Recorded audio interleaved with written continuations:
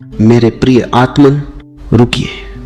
इससे पहले कि आप अपने दिन की शुरुआत करें, इससे पहले कि आप अपने शरीर पर एक बूंद भी पानी डालें, मेरी बात को गहरे ध्यान से सुने।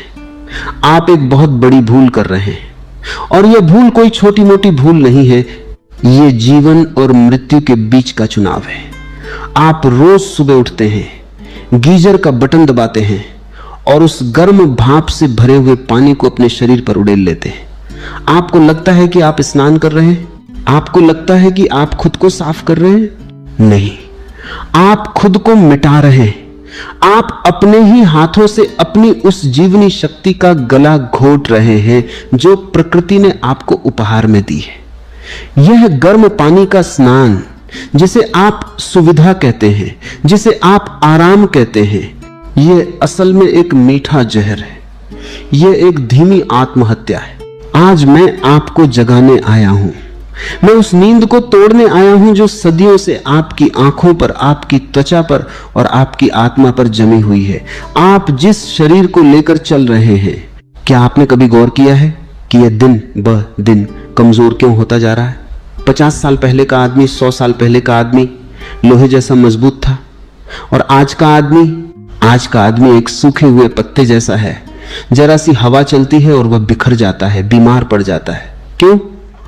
कारण बहुत गहरा है, और वह कारण छिपा है आपकी सुबह की उस पहली गलती में जिसे आप नहाना कहते हैं। देखिए, मनुष्य एक बहुत ही अजीब प्राणी है। वह हमेशा सुरक्षा खोजता है। वह हमेशा वही लौटना चाहता है जहां उसे कोई खतरा न हो, जहां उसे कोई कष्ट न हो। गर्म पानी मनोवैज्ञानिक रूप से आपको मां के गर्भ की याद दिलाता है। गर्भ में पानी गर्म था, अंधेरा था, कोई चिंता नहीं थी, कोई संघर्ष नहीं था। तो जब आप गर्म पानी से नहाते हैं तो आप अनजाने में, अचेतन रूप से वापस उसी गर्भ में छिपना चाहते हैं। आप जीवन से भाग रहे हैं, आप संघर्ष से भाग रहे हैं, आप उस ठंडक से भाग रहे हैं जो जीवन का स्वभाव है। लेकिन याद रखें, गर्भ में लौटना संभव नहीं है, और जो लौटने की कोशिश करता है वह जीवन की दौड़ में पीछे छूट जाता है। गर्म पानी आपको सुलाता है, यह आपको बेहोशी में ले जाता है, यह आपकी मांसपेशियों को, आपके स्नायुओं को ढीला कर देता है। और एक ढीला शरीर, एक शिथिल शरीर कभी भी एक जागृत आत्मा का मंदिर नहीं हो सकता। सत्य तो यह है कि सुविधा मृत्यु है। जितनी ज्यादा सुविधा उतनी जल्दी मृत्यु। और संघर्ष जीवन है, चुनौती जीवन है। जब आप ठंडे पानी के नीचे खड़े होते हैं तो क्या होता है? कभी आपने उस क्षण को पूरे होश के साथ जिया है। वही असली विज्ञान है, वही असली ज्ञान है।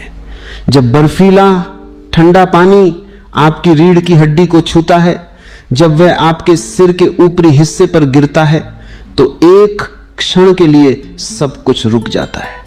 आपका मन जो 24 घंटे बकबक करता रहता है, वह एक झटके में चुप हो जाता है। उस एक क्षण में आप न तो अतीत में होते हैं न भविष्य में, आप सिर्फ अभी में होते हैं, वर्तमान में। वह जो झटका लगता है, जिसे विज्ञान शॉक कहता है, वही तो जागृति की पहली सीढ़ी है। आप पूछेंगे कि ओशो, शरीर को कष्ट देने में क्या लाभ है?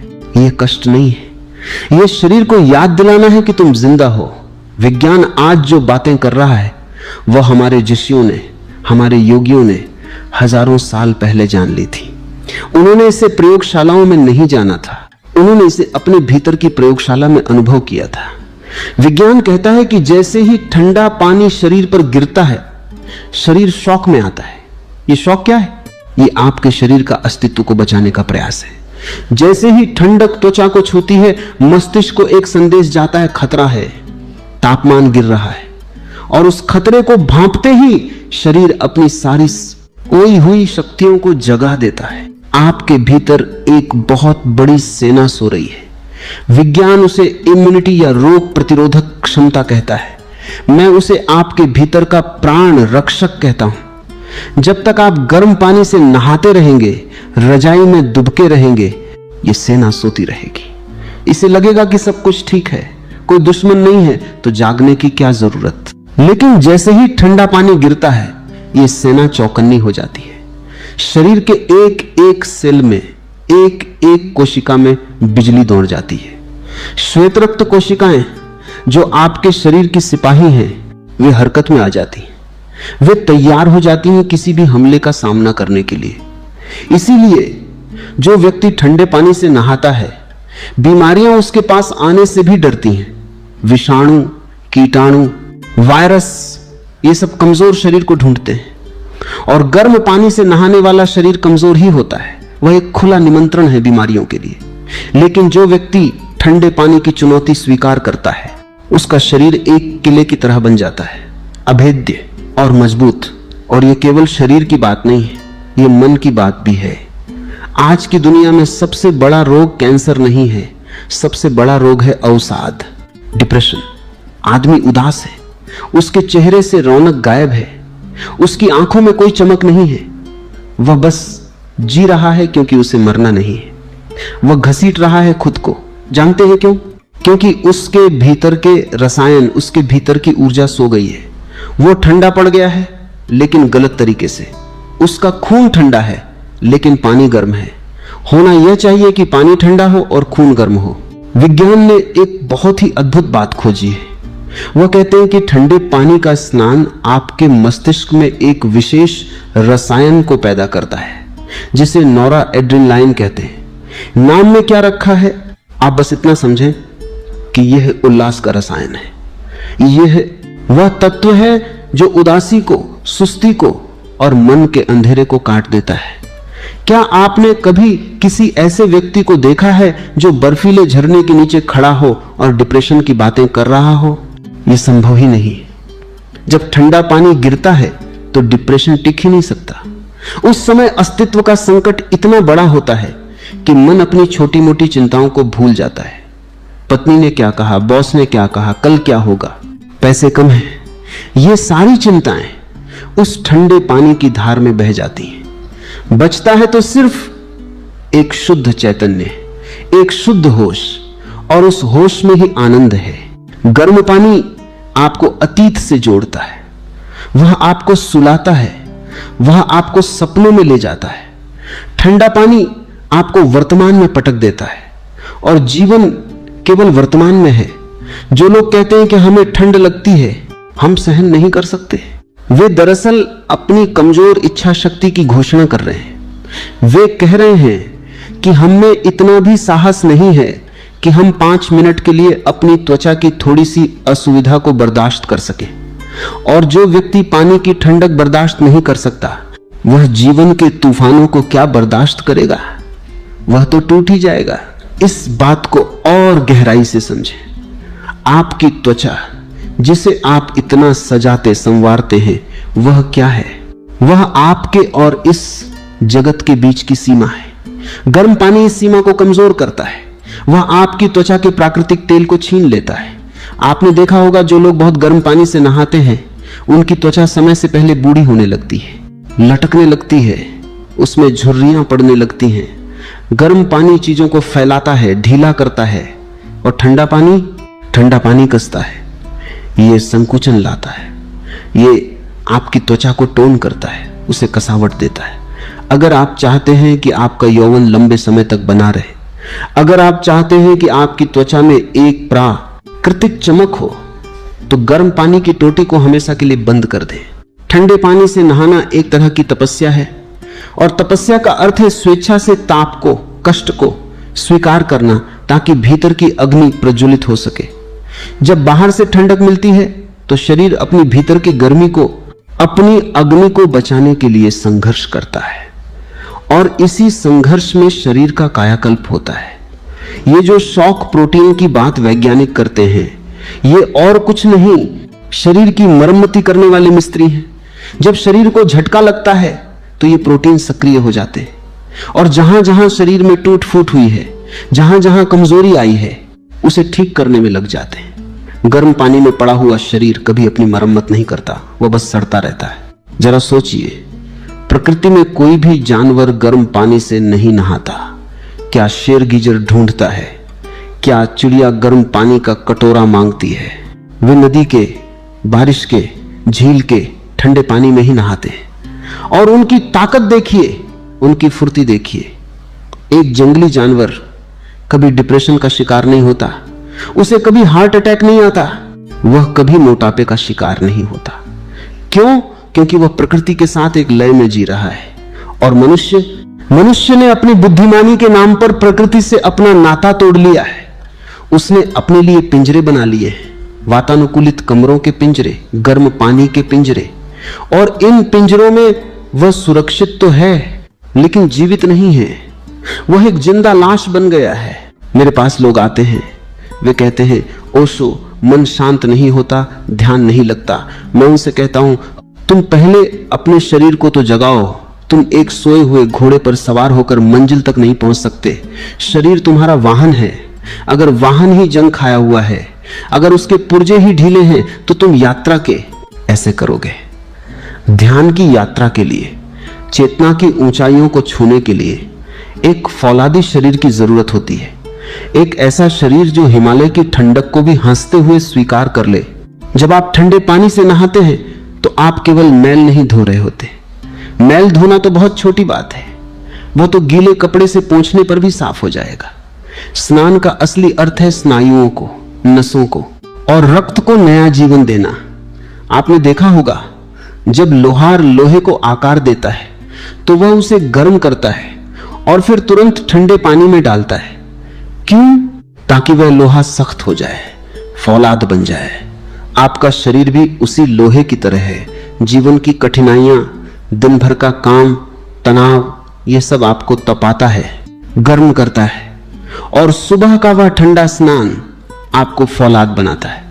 अगर आप उस तपे हुए लोहे पर गर्म पानी ही डालेंगे तो वह लोहा कभी सख्त नहीं होगा, वह भंगुर हो जाएगा, वह टूट जाएगा। और एक बात याद रखें, यह सिर्फ शारीरिक प्रक्रिया नहीं है, इसका गहरा संबंध आपके संकल्प से है, आपकी विल पावर से है। बिस्तर की गर्माहट छोड़ना और ठंडे पानी के नीचे जाना, यह दिन की पहली जीत होती है। जो आदमी अपनी सुबह की शुरुआत जीत के साथ करता है, उसका पूरा दिन जीत के भाव से भर जाता है। और जो आदमी सुबह ही हार गया, आलस से हार गया, ठंड के डर से हार गया, सुविधा के लालच में हार गया, उसका दिन भी पराजय में ही बीतेगा। वह दिन भर टालमटोल करेगा, वह दिन भर शॉर्टकट ढूंढेगा, क्योंकि उसने सुबह ही शॉर्टकट ले लिया था, उसने आसान रास्ता चुन लिया था। जीवन आसान रास्ता चुनने वालों के लिए नहीं है, जीवन वीरों के लिए है। और वीरता किसी युद्ध के मैदान में जाकर तलवार चलाने से नहीं आती। वीरता आती है छोटी छोटी आदतों को बदलने से। वीरता आती है अपनी ही कमजोरियों के खिलाफ युद्ध छेड़ने से। आपका सबसे बड़ा दुश्मन कोई और नहीं है, आपका अपना आलस है, आपका अपना डर है। वह डर जो कहता है नहीं नहीं, पानी बहुत ठंडा है, बीमार पड़ जाओगे, निमोनिया हो जाएगा, ये सब मन के बहाने हैं, मन बहुत चालाक है। वह आपको तर्क देता है, वह आपको लॉजिक देता है कि क्यों गर्म पानी बेहतर है। वह कहेगा देखो, डॉक्टर भी कहते हैं कि गुनगुने पानी से नहाना चाहिए, लेकिन वह डॉक्टर खुद बीमार है, वह डॉक्टर खुद कमजोर है। आप योगियों को देखें, आप उन ऋषि मुनियों को देखें जो बर्फ से ढके पहाड़ों पर -डिग्री तापमान में भी सिर्फ एक लंगोट में रहते थे और सुबह ब्रह्म मुहूर्त में बर्फीली नदी में डुबकी लगाते थे। क्या वे बीमार थे? नहीं। उनकी त्वचा चमकती थी, उनकी आंखों में सूर्य जैसा तेज था, उनकी उम्र 100 साल 150 साल होती थी और अंत समय तक वे पूरी तरह स्वस्थ रहते थे। ये चमत्कार नहीं है, ये जीवन जीने का सही विज्ञान है। तो ये बात अपने भीतर गहराई से उतार लें कि आप जो कर रहे हैं वह गलत है। ये जो गर्म पानी का नशा है, इसे छोड़ना होगा। यह नशा शराब से भी ज्यादा खतरनाक है, क्योंकि यह सामाजिक रूप से स्वीकार्य है, कोई आपको नहीं रोकेगा। आपके घर वाले, आपके मित्र सब यही कर रहे हैं। इस पूरी भीड़ में अकेले खड़े होकर यह निर्णय लेना कि मैं इस भीड़ का हिस्सा नहीं बनूंगा, मैं अपने शरीर को वह दूंगा जिसकी उसे वास्तव में जरूरत है, यह क्रांतिकारी कदम है। ठंडा पानी जब सिर पर गिरता है तो वह केवल शरीर को नहीं भिगोता, वह आपके भीतर की अग्नि को प्रज्वलित करता है। हमारे शास्त्रों में इसे जठराग्नि कहा गया है, पाचन की आग, जीवन की आग। गर्म पानी इस आग को बुझा देता है। जब बाहर गर्मी होती है तो भीतर की आग मध्यम पड़ जाती है, लेकिन जब बाहर ठंडक होती है तो भीतर की आग धधक उठती है खुद को बचाने के लिए। और उस धधकती हुई आग में आपके शरीर के सारे विष, सारे टॉक्सिन्स, सारी गंदगी जलकर भस्म हो जाती है। यह शुद्धिकरण की प्रक्रिया है। आप जिम जाते हैं, कसरत करते हैं, अच्छा खाना खाते हैं, विटामिन की गोलियां खाते हैं, लेकिन फिर सुबह गर्म पानी से नहाकर उस सब पर पानी फेर देते हैं। वह सारी मेहनत बेकार चली जाती है, क्योंकि आपने शरीर की बुनियाद को ही कमजोर कर दिया। आपने नींव में ही दीमक लगा दी।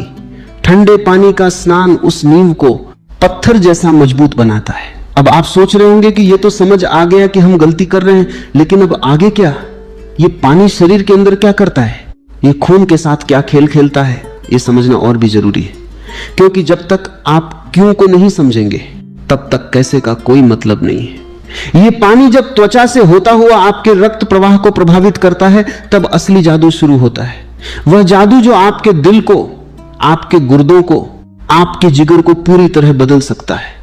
लेकिन वह जादू क्या है और वह कैसे काम करता है? वह एक बहुत गहरी प्रक्रिया है, एक भीतरी कीमिया है, अल्केमी है। यह केवल शुरुआत है। अभी तो हमने सिर्फ सतह को छुआ है, सिर्फ चमड़ी की बात की है। असली खेल तो चमड़ी के नीचे है। असली खेल तो वहां है जहां रक्त की नदियां बह रही हैं और ठंडा पानी उन नदियों में बाढ़ ला देता है। वह बाढ़ जो अपने साथ सारा कचरा बहा ले जाती है।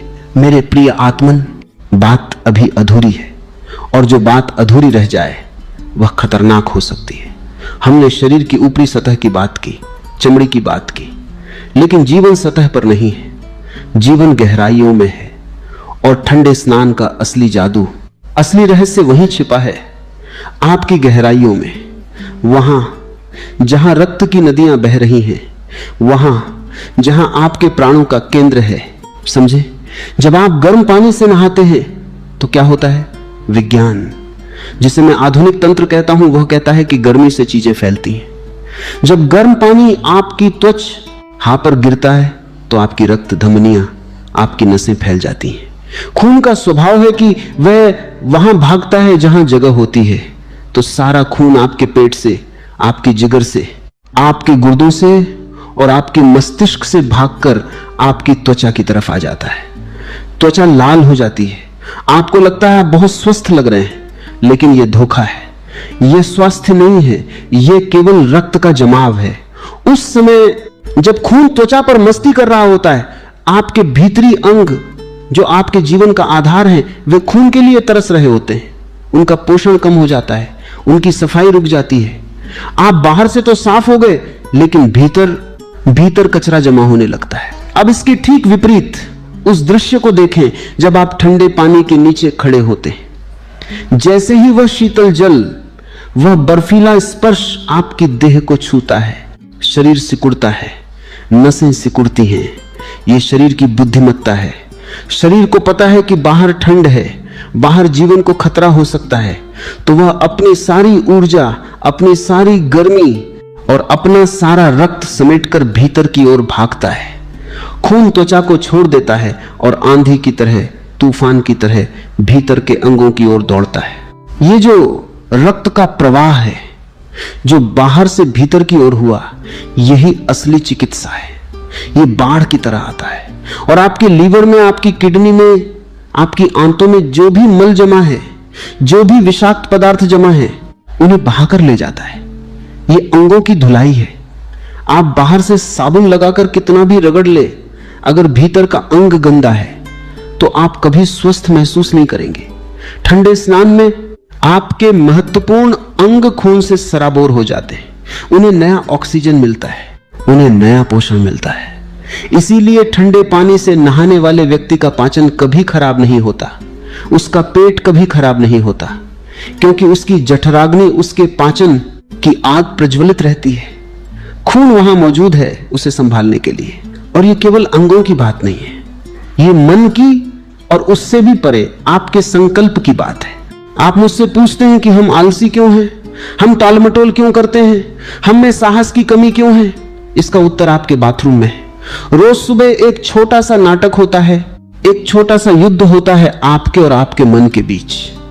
आप बाथरूम में जाते हैं, आप जानते हैं कि ठंडा पानी सही है, आप जानते हैं कि यह ताजगी देगा, लेकिन आपका मन, वह पुराना पापी, वह पुराना कायर, वह आपसे कहता है आज नहीं, आज ठंड ज्यादा है, आज पानी कुछ ज्यादा ही ठंडा लग रहा है, कल से करेंगे, आज तो बस गर्म पानी से काम चला लो।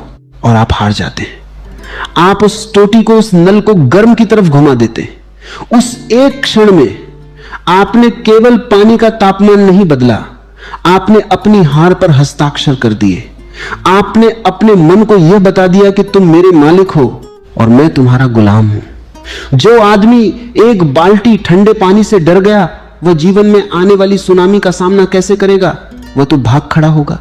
लेकिन जिस दिन आप उस मन की बकबक को अनसुना कर देते हैं, मन चिल्लाता रहता है नहीं नहीं, लेकिन आप पूरे होश के साथ, पूरी जागरूकता के साथ नल को ठंडे की तरफ घुमाते हैं और पानी अपने सिर पर उड़ेल लेते हैं। उस क्षण में एक विजेता का जन्म होता है। वह जीत बहुत छोटी लग सकती है, लेकिन उसका असर बहुत गहरा है। आपने अपने डर को जीता है, आपने अपने आलस को जीता है, और जिसने सुबह के पहले पहर में ही अपने मन को हरा दिया, दिन भर मन की हिम्मत नहीं होगी कि वह उस पर हावी हो सके। यह स्नान नहीं है, यह एक संकल्प क्रिया है। यह विल पावर को, इच्छा शक्ति को लोहे जैसा बनाने का तरीका है। क्या आपने कभी सोचा है कि एक योगी, एक फकीर, जिसके पास न धन है, न घर है, न कपड़े हैं, वो इतना बादशाहों जैसा कैसे चलता है? उसकी आंखों में वो निडरता कहां से आती है? वह निडरता आती है उसकी तपस्या से। और तपस्या का अर्थ पहाड़ पर एक पैर से खड़ा होना नहीं है। तपस्या का अर्थ है सुविधा के पिंजरे को तोड़ना। जब सारी दुनिया रजाई में मुंह छिपाकर सो रही हो और आप ब्रह्म मुहूर्त में उठकर ठंडे पानी से अपनी तंद्रा तोड़ रहे हो, तो आप एक साधारण मनुष्य नहीं रह जाते, आप एक योद्धा बन जाते हैं। वह वायरल विचार जो कहता है कि ठंडा पानी सिर्फ मैल नहीं धोता, आलस और डर को भी धो देता है, यह 100% सत्य है। जब ठंडा पानी रीढ़ की हड्डी पर गिरता है, तो रीढ़ में छिपी हुई ऊर्जा, जिसे योग कुंडलिनी कहता है, उसमें भी एक स्पंदन होता है। सुस्ती वहां टिकी नहीं सकती, आलस वहां खड़ा ही नहीं रह सकता, आप एकदम से जाग जाते हैं। और यह जागना ही तो आध्यात्म है। बुद्ध ने क्या कहा? बुद्ध ने यही कहा, जागो। और आप सोए हुए हैं गर्म पानी की लोरियां सुन सुनकर। तो अब प्रश्न उठता है कि शुरुआत कैसे करें? क्या कल सुबह उठते ही सीधे बर्फीले पानी में कूद जाएं? नहीं, मूर्खता और साहस में अंतर होता है। और मैं चाहता हूं कि आप साहसी बने, मूर्ख नहीं। शरीर के साथ हिंसा नहीं करनी है, शरीर के साथ प्रेम करना है। लेकिन प्रेम का अर्थ हमेशा लाड प्यार करना नहीं होता। कभी कभी प्रेम का अर्थ होता है सही राह दिखाना, थोड़ा सख्त होना। इस क्रिया को, इस विधि को बहुत ध्यान से समझें। इसे एक उत्सव की तरह मनाएं, एक सजा की तरह नहीं। सबसे पहले जब आप स्नान घर में जाएं, तो अपने कपड़े उतारते समय इस भाव से भर जाएं कि आप केवल कपड़े नहीं उतार रहे, आप अपनी पुरानी चमड़ी, अपनी पुरानी आदतों को उतार रहे हैं। आप एक नया जन्म लेने जा रहे हैं। सीधे सिर पर पानी कभी मत डालें, यह विज्ञान के भी खिलाफ है और योग के भी। आपका मस्तिष्क बहुत संवेदनशील है, उसे अचानक झटका देना हानिकारक हो सकता है। शुरुआत हमेशा नीचे से करें, जड़ों से करें। पहले अपने पैरों पर पानी डालें, पंजों पर, पिंडलियों पर। जैसे ही ठंडा पानी पैरों को छुएगा, शरीर को खबर मिल जाएगी, संदेश पहुंच जाएगा कि तैयारी करो, शीत लहर आ रही है। शरीर अपना तापमान बदलना शुरू कर देगा। फिर धीरे धीरे ऊपर आए, घुटनों पर, जांघों पर पानी डालें। फिर अपने हाथों को कोहनी तक धोएं। फिर पानी का एक अंजुली भरकर अपने पेट पर छिड़कें। पेट आपके शरीर का इंजन है, अग्नि का केंद्र है। वहां ठंडक पड़ते ही भीतर की आग धधक उठेगी। और फिर जब शरीर तैयार हो जाए, जब आप तैयार हो जाएं, तब पानी को अपने कंधों पर और अंत में अपने सिर पर डालें। उस समय अपनी सांस को रोके नहीं। अक्सर लोग गलती करते हैं, जैसे ही ठंडा पानी गिरता है वे सांस रोक लेते। नहीं, सांस को गहरा लें। गहरी श्वास अंदर, गहरी श्वास बाहर। वह जो हाहाकार शरीर से निकलता है उसे निकलने दें। वह आपके भीतर का दबा हुआ तनाव बाहर आ रहा है। आप देखेंगे कि 2-3 मग पानी डालने के बाद या फव्वारे के नीचे 10 सेकंड खड़े रहने के बाद पानी अब ठंडा नहीं लगेगा। यह चमत्कार है। पानी का तापमान वही है, लेकिन अब आपको वह ठंडा नहीं लग रहा। क्यों? क्योंकि आपके शरीर ने अपनी भीतरी गर्मी को, अपने तेज को बाहर की त्वचा पर भेज दिया है मुकाबला करने के लिए। अब आप ठंडे नहीं रहे, अब आप अग्नि बन गए। यही वह क्षण है जिसका योगी इंतजार करता है। बाहर बर्फ है लेकिन भीतर आग जल रही है। स्नान के बाद जब आप तौलिए से अपने बदन को पोंछते हैं, रगड़ते हैं, तो क्या आपने कभी गौर किया है कि शरीर कैसा महसूस करता है? वह हल्कापन, वह ताजगी। त्वचा लाल हो जाती है, लेकिन ठंड से नहीं, गर्मी से, भीतर से एक ग्लो, एक चमक फूटती है। आप खुद को आईने में देखेंगे तो पाएंगे कि आप वो नहीं हैं जो 10 मिनट पहले बाथरूम में घुसे थे। आपकी आंखों में एक चमक होगी, आपके चेहरे पर एक आभा होगी। ये जो गर्मी स्नान के बाद आती है, ये असली गर्मी है। ये हीटर की गर्मी नहीं है जो बिजली जाने पर खत्म हो जाएगी। ये आपकी अपनी कमाई हुई गर्मी है। ये आपकी अपनी ऊर्जा है, और जो ऊर्जा आप खुद पैदा करते हैं वही आपको स्वस्थ रखती है। तो मेरे मित्रों, कल सुबह जब आपकी आंख खुले तो उस पुराने ढर्रे पर मत चलना, उस गीजर के बटन की तरफ हाथ मत बढ़ाना, उस सुविधा को, उस मौत के सामान को ना कह देना। याद रखना, आप सिर्फ नहाने नहीं जा रहे, आप अपनी चेतना को धार देने जा रहे हैं। यह रास्ता आसान नहीं है। पहले दिन आपको कष्ट होगा, मन 100 बहाने बनाएगा, दूसरे दिन भी कसम साएगा। लेकिन अगर आपने 7 दिन, सिर्फ 7 दिन इस प्रयोग को कर लिया, तो 8वें दिन आप गर्म पानी को हाथ भी नहीं लगाएंगे। आपको उससे घिन आएगी, आपको लगेगा कि यह गंदा पानी है, यह मुर्दा पानी है। आपको ठंडे पानी की प्यास जग जाएगी, क्योंकि अब आपने अमृत का स्वाद चख लिया है। पतंजलि ने, अष्टावक्र ने और इस धरती पर जितने भी जागृत पुरुष हुए हैं, उन्होंने कभी भी शरीर को भोग का साधन नहीं माना, उन्होंने इसे योग का साधन माना।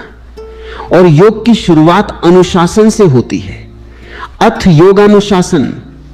अब योग का अनुशासन शुरू होता है, और आपका अनुशासन शुरू होता है आपके स्नान घर से। तो कल सुबह एक नई सुबह हो, सूरज बाहर बाद में निकलेगा, पहले आपके भीतर का सूरज निकलना चाहिए। ठंडे पानी की हर बूंद जो आपके शरीर पर गिरेगी, वह आपको याद दिलाएगी कि आप जीवित हैं, आप सशक्त हैं, और आप किसी भी परिस्थिति का सामना करने के लिए तैयार हैं। जाओ और इस अमृत को, इस जीवन ऊर्जा को अपने रोम रोम में उतार लो। डरो मत। वह कंपकंपी जो आएगी वह डर की नहीं है, वह पुरानी आदतों के टूटने की आवाज है। उसे टूटने दो, और वहां से जो नया मनुष्य निकलेगा वही सच्चा साधक होगा, वही सच्चा जीवन जी पाएगा। आज इतना ही काफी है, शेष आपके अनुभव पर छोड़ता हूं। शब्दों से पेट नहीं भरता, भोजन करना पड़ता है। मैंने भोजन की महिमा